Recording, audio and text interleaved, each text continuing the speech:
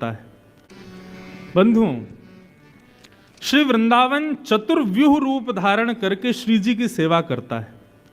जैसा कि मैंने आज के प्रसंग के प्रारंभ में कहा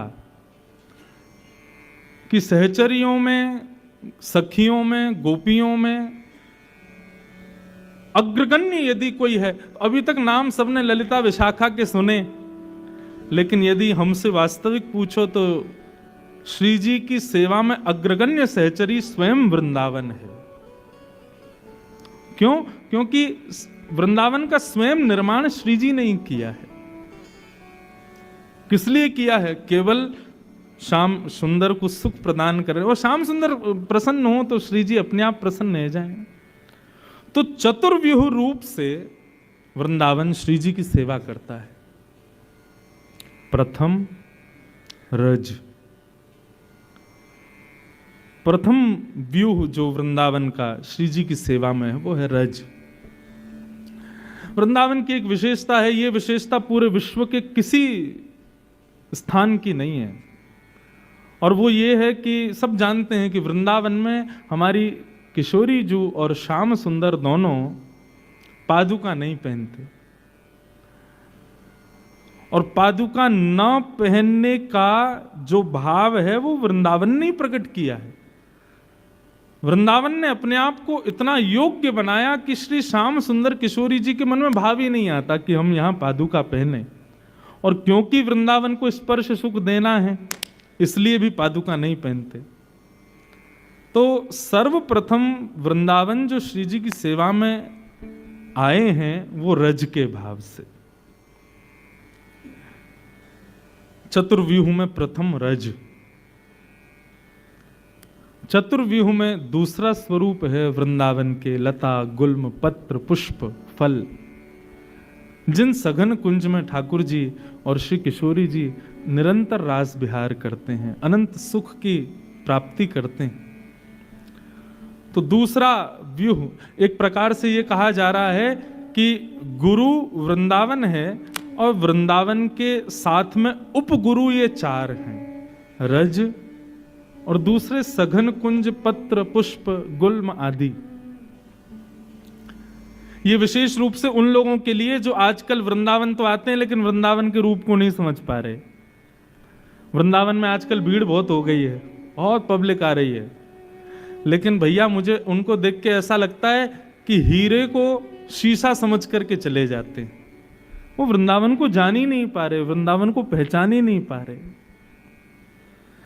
वृंदावन प्रथम रज के भाव से श्याम सुंदर और श्री जी की सेवा में है, दूसरा लता गुल्म पत्र पुष्प फल इनके भाव से श्री जी की सेवा में है।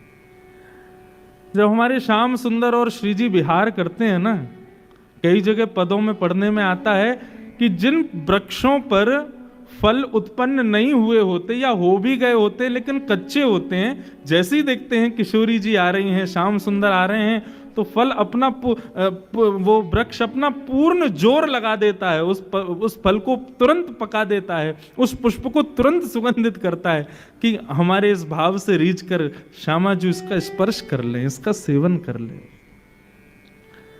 साल भर में जो वृक्ष एक पुष्प को सुगंधित करने में श्रम करता है वो श्री जी के आने पर क्षण भर में करता है। श्रमित तो बहुत हो जाता है, लेकिन श्री जी सेवा में स्वीकार करें, इसके लिए वृंदावन के वृक्ष गुल्म पत्र पुष्प ये सब अपने आप को सुगंधित और पुष्पित करके रखते हैं। तो वृंदावन की दूसरी सेवा का भाव है वहां के लता गुल्म वृक्ष पत्र। श्री व्यास जी कहते हैं, वृंदावन के रूख हमारे मात पिता गुरु बंधु। वृंदावन के वृक्ष वल्लरियां ये सब कौन है? ये सब हमारे माता हैं, पिता हैं, गुरु हैं, बंधु हैं, ये सब हमारे। इसलिए हमारे ब्रजमंडल में कई संत जन तो वृक्षों से ही लिपट लिपट करके आनंदित होते हैं। तमाल वृक्ष को देख करके सोचते हैं कि ये जरूर श्याम सुंदर ही होंगे।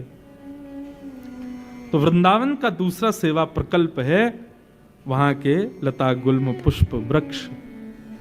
उनका प्रयोग कभी अपने लिए मत करना बंधु।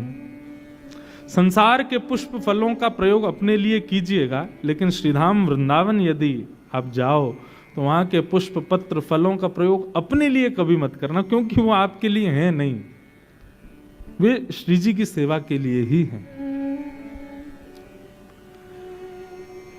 हमारे लाल जी यहां नागपुर में विराजते हैं, तो यहां पर सेवा में आने वाले पुष्प भी राधा बाग से ही आते हैं।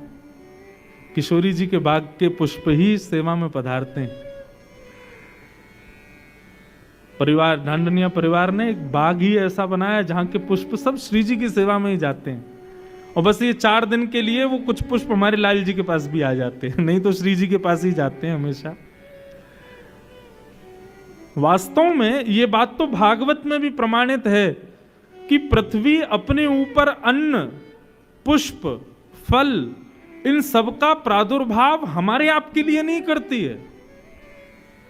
भागवत में कथा आती है, पृथु महाराज का चरित्र आता है, जिनकी वजह से धरती को पृथ्वी कहा जाता है।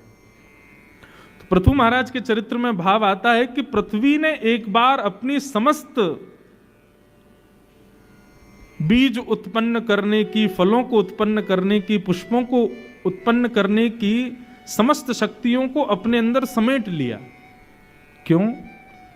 क्योंकि मानव इन सब का उपभोग करता था अपने लिए, ठाकुर जी की सेवा में नहीं लगाता था।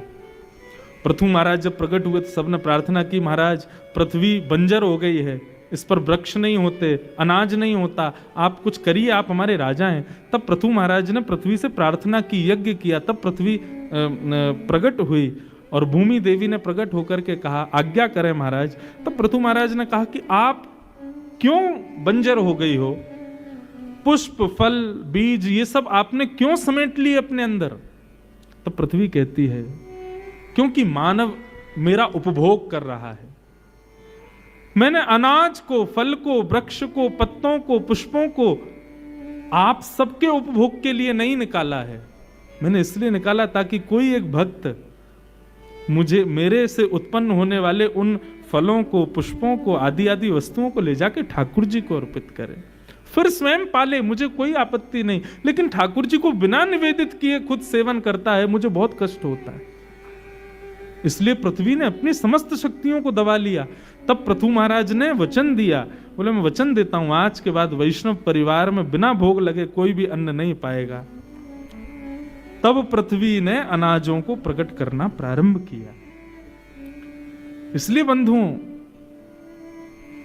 आप यही मत मानो कि केवल आप ही सेवक हो श्याम सुंदर के, जड़ चेतन सब ठाकुर जी की सेवा के लिए ही हैं। जब उनको बिना निवेदित किए हम उसका उपभोग करते हैं, तो श्रीमद् भगवत गीता में तो भगवान कहते हैं, भुंजते ते त्वघम पापात ये पचंत्यात्म कारणम। जो अपने कारण से वस्तु का उपभोग करते हैं वो अपना पाप स्वीकार कर रहे हैं। इसलिए भैया कुछ भी हो, सबसे पहले ठाकुर जी को, किशोरी जी को निवेदित करो, क्योंकि वो प्रकट उन्हीं के लिए हुआ है। उसके बाद उसका सेवन स्वयं करो। पृथ्वी भी तो मुक्त होना चाहती है ना, और वो मुक्त कैसे होगी जब हम उसको निवेदित करेंगे ठाकुर जी को। तो इस प्रकार पृथु महाराज ने पृथ्वी से निवेदन किया और तब पृथ्वी ने इन सब वस्तुओं को अपने ऊपर प्रकट किया। तो वृंदावन विशेष रूप से जो कुछ भी प्रकट करता है वो सब ठाकुर जी की सेवा के लिए ही प्रकट करता है। उसका उपभोग अपने लिए कभी मत करना। तो प्रथम रज, द्वितीय वनचर वस्तु, सघन कुंज, पुष्प, फल आदि, और तीसरा वृंदावन के रसिक जन। वे रसिक आपको प्रसन्न करने के लिए नहीं बने हैं, क्षमा कीजिएगा। वृंदावन में कई लोग मुझसे आकर के, कभी कभी फ्लाइट में कोई मिल जाए, ट्रेन में कोई मिल जाए, या वैसे कोई मिल जाते हैं, तो महाराज जी आपका वो भजन बहुत बढ़िया, नेक सुनाए दो। कोई जादूगर थोड़ी है, नेक में जादू दिखाए दो। वृंदावन में यदि कोई रसिक, मैं अपने आप को रसिक नहीं बोल रहा हूं, इनडायरेक्ट वे में बोल भी रहा हूं, लेकिन वैसे अगर देखो तो वृंदावन में जितने भी रसिक जन, कोई यदि रस का तनिक मात्र भी भाव प्रकट करता है तो उसका भाव भी संसार के लिए नहीं है, श्री जी के लिए ही है। ये बात दोनों पक्षों से समझिएगा। रसिक जन भी इस बात का ध्यान रखें कि यदि हमारे भीतर रस प्रकट हुआ है तो उससे हम संसार को ना रिझाएं, श्यामा श्याम को ही रिझाएं। यदि हम अपने रस का प्रयोग किसी व्यक्ति विशेष को रिझाने के लिए कर रहे हैं ना, तो रस विष बन जाएगा। रस का प्रादुर्भाव आपके हृदय में हुआ, इसका मतलब श्री जी ने आपको अधिकारी माना है और अधिकारी बनाया है, तो उससे श्री जी को ही लुभाओ। हाँ, दो चार जनता भी रीझ जाए तो उसमें कोई आपत्ति नहीं है, लेकिन केवल यही प्रधानता नहीं होनी चाहिए कि सब रीझें, श्री जी रीझें, हमारी किशोरी जी रीझ जाएं, हमारे श्याम सुंदर। एक बार का प्रसंग है, हमारी श्री जी कितनी कृपालु, कितनी दयालु, कितनी जल्दी रीझ जाती हैं। वो एक पद की एक पंक्ति आती है ना, हमारे यहाँ एक भजन गाया जाता है, वृषभानु की किशोरी वो तो गैया होते भोरी, प्रीत जान के हूँ थोड़ी तो है राखेगी शरण, मन भूल मत जइयो श्यामा प्यारी के चरण। किशोरी जी बड़ी भोरी हैं। और यहाँ को प्रसंग कैसे है, एक बार जन्माष्टमी थी तो श्री हमारी श्यामा जू नंदगांव गई, लाला को जन्मदिन है, हम भी बधाई दिया हमें। और वहां जाकर के जब किशोरी जी ने देखा तो नंदन को सब लोग बधाइयां दे रहे थे, भैया जन्माष्टमी की। किशोरी जी भी बधाई देवे गई। नंदन क्या कर रहे थे कि सामने आने वाले लोग जो उनको बधाई दे रहे थे, वो अपना हाथ आगे करें या अपना वस्त्र का भाग आगे करें या अपना पल्लू आगे करें या कोई पात्र आगे करें, उसको ठाकुर जी भर देते थे। किशोरी जी टेढ़ी नजर से देख रही, समीप गई तो मधुमंगल श्री दामा आदि बोले, हमारे लाला को हृदय देखो श्री जी, आपने जो जैसो पात्र लेके आ रहा हो हमारो लाला वाकू भर भर के दे रहा है। ठाकुर जी बोली, ये हृदय को स्वरूप ना होए करे, हृदय को स्वरूप तो ये है कि भैया जो जितनो पात्र लाए उतनो मत भरो, अपनी तरफ से बड़ो पात्र दे के वाकू भी भर के दो। या में कौन सी निर्मलता, कोई ने हाथ आगे किए, अब बेचारे को हाथ इतना छोटो कि वहां में 2 ही लड्डू आ सकें, तो बेचारे को 2 ही मिलेगा। अब कोई पात्र बड़ो लिया है तो वाकू भर के दे रहे हैं। अरे हमारे श्याम सुंदर को भाव तो ऐसा होना चाहिए, बड़े बड़े पात्र लेके आओ, सबन को पात्र दो और फिर वाकू भरो, तब उन पर कृपा करो। ललिता विशाखा ताली बजाने लगी, देखो हमारी श्री जी को भाव, ये पैज तो चलती रहे। हमारी श्री जी तो बड़ी कृपालु, बड़ी दयालु है, नेक में ही दया कर दें, नेक में ही कृपा बरसा दें। हमारे श्याम सुंदर कभी कभी श्री जी को दिखावे के काजे कृपा करें, देखो हमने वो कृपा करी, लेकिन श्री जी दिखावे ना है, श्री जी को भाव ही ऐसा होवे कि ठाकुर जी वही में ही हार जाएं, या के आगे और कहा करें हम। तो श्री जी को स्वभाव है। तो इसलिए भैया यदि आपके भीतर रस आया है, आपके भीतर भाव आया है, उस भाव से, उस रस से, उस ज्ञान से, उस भाव से संसार को मत रिझाओ। ये वृंदावन चतुर्व्यूह से श्री जी की सेवा करता है। तो तीसरा व्यूह जो है वो रसिक है, रसिक जन। वृंदावन के रसिक जन हो या वृंदावन के बाहर रहने वाले रसिक जन हो, वे सब अपने भाव से किशोरी जी को प्रसन्न करें, उनको आनंदित करें, ऐसा भाव है। और चौथा वृंदावन का जो भाव है वो श्री यमुना जी, रज वृक्षवल्लरी सघन कुंज, रसिक जन और श्री यमुना। इन चतुर्व्यूह रूप से वृंदावन श्री जी की सेवा करता है, हमारे श्याम सुंदर की सेवा करते हैं, उनको लाड़ लड़ाते हैं, उनको प्रसन्न करने का भाव करते हैं। इसलिए वृंदावन आओ तो इन चारों की शरण ग्रहण करो, रज सघन कुंज लता गुल्म पत्र पुष्प, रसिक जन और श्री यमुना जी। इन चारण को प्रणाम प्रथम करो, वाके बाद बिहारी जी को दर्शन करो, वाके बाद राधा वल्लभ जी को दर्शन करो, वाके बाद राधा रमण जी के पास जाओ। अभी हम लोग चूक क्यों रहे हैं पता है? ये वृंदावन को सेल्फी पॉइंट और ये रील्स बनाने की स्थिति में क्यों लिया है हम लोग? क्योंकि हमने गुरु का आश्रय तो लिया ही नहीं। हमने 4 गुरुओं को छोड़ सीधे ठाकुर जी का दर्शन किया। हम उसको समझ ही नहीं पाएंगे, हम उनको जान ही नहीं पाएंगे। मैथ्स की बुक है, साइंस की बुक है, सोशल स्टडीज की बुक है, और बुक समझ में तो तब आएगी ना जब गुरु का आश्रय लोगे। ऐसे ही भैया ये राधा रमन जी भी एक किताब हैं, राधा वल्लभ जी भी एक किताब हैं, श्री बिहारी जी भी एक किताब हैं। इनको तब समझोगे जब गुरु को आश्रय लोगे। हम किसी व्यक्ति विशेष के पास जाने की नहीं कह रहे। ये 4 गुरु वृंदावन में हैं चतुर्विहु रूप से, श्री रज, श्री सघन कुंज, श्री रसिक जन और श्री यमुना जी। इन चारों को आश्रय पहले लो और वाके बाद आप प्रवेश करो। आपको वास्तव में लगेगा कि हमने राधा वल्लभ जी 10 बार गए लेकिन दर्शन पहली बार भयो है। 10 बार बिहारी जी गए लेकिन दर्शन आज पहली बार। जैसा हुआ वैसा पहले कभी नहीं हुआ। गुरु के आश्रय में होकर के फिर जाओ। ये चतुर्व्यूह है वृंदावन का। इनके आश्रय के बगैर वृंदावन जाना एक प्रकार से व्यक्ति वंचित हो रहा है उस महाभाव से, उस महारस से। और बंधुओं, हमारा वृंदावन जो है ना, मैं एक बात कहा करता हूं अपनी कथा, ब्रजवासी वो नहीं जो ब्रज में रहे, ब्रजवासी वो जिनके चित्त में ब्रज रहे। नागपुर के लोग हैं कई यहां बंबई से भी आए हैं, कई यहां कलकत्ता से भी आए हैं, दूर दूर से सब लोग आए हैं। आप कहीं भी रहो, सदा ब्रज आपके चित्त में है। तो आप विश्वास मानो, जब ब्रजवासियों की अटेंडेंस रोज होती होगी ना, तो उन ब्रजवासियों की अटेंडेंस में 500-600 तो नागपुर के लोगों की भी अटेंडेंस हो जाती होगी। क्यों? बोले शरीर से भले ही नागपुर में थे, चित्त से तो वृंदावन में ही थे ना।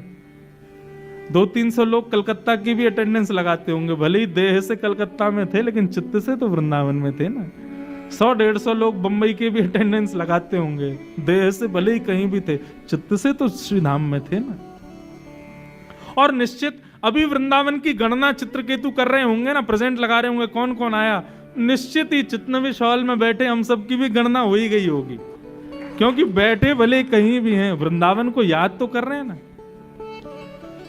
आप चाहे नागपुर रहो, बंबई रहो, कलकत्ता रहो, यहां रह करके भी इन चतुर्व्यूह का स्मरण नित्य करो। ब्रज की रज, ब्रज के लता गुल्म पत्र पुष्प, ब्रज के रसिक जन और श्री यमुना जी। इन चारों को कोई व्यक्ति यदि नित्य प्रणाम करे, मुझे ऐसा लगता है कि श्री जी और हमारे ठाकुर जी फिर उसको कितना भी अभागा हो उस पर कृपा करेंगे निश्चित, क्योंकि ये योग्य बनाते हैं उनके। ऐसे भाव हैं। तो अब ये इस प्रकार से कुछ ना कुछ भाव तो हम सुनाते रहेंगे। एक लीला का मधुर दर्शन करें। पिछली बार भी हमने कुछ लीलाएं सुनी थी। मुंदरी चोरी लीला सुनी थी, नौका विहार लीला सुनी थी, और कौन सी सुनी थी बताओ? हाँ, मान लीला सुनी थी, और कौन सी सुनी? हाँ, प्रथम मिलन लीला सुनी थी। अब यही सब लीलाओं में एक बड़ी अद्भुत लीला आज मिली ठाकुर जी की और किशोरी जी की, उसका दर्शन करें। इतना सुंदर भाव है।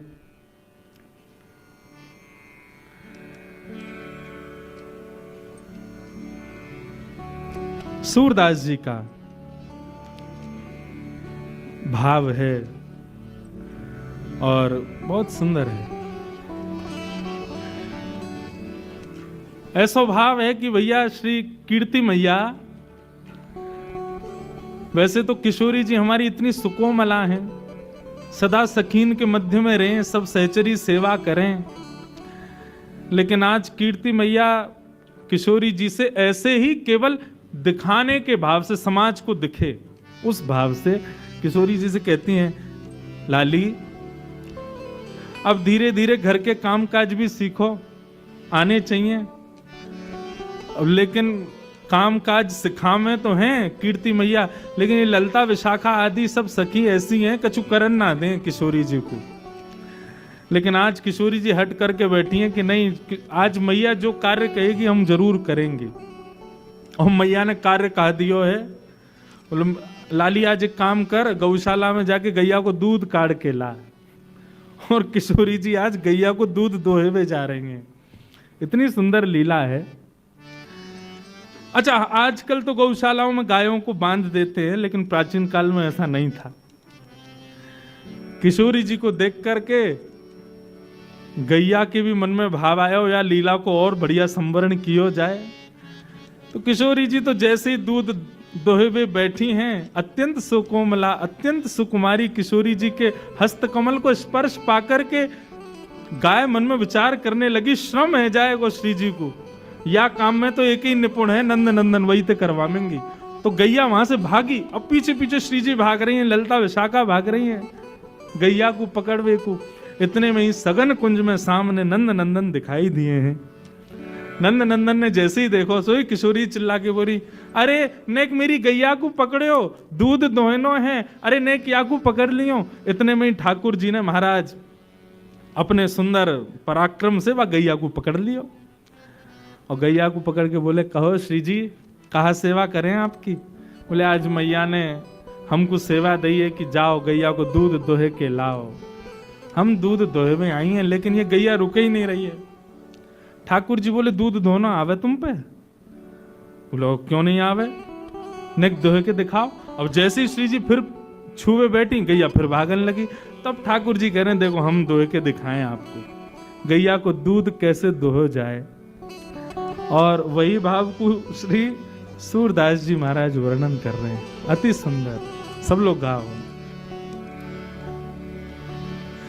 कौन दुहावे गैया तुम पे, कौन दुहावे गैया तुम पे, कौन दुहावे गैया तुम पे, कौन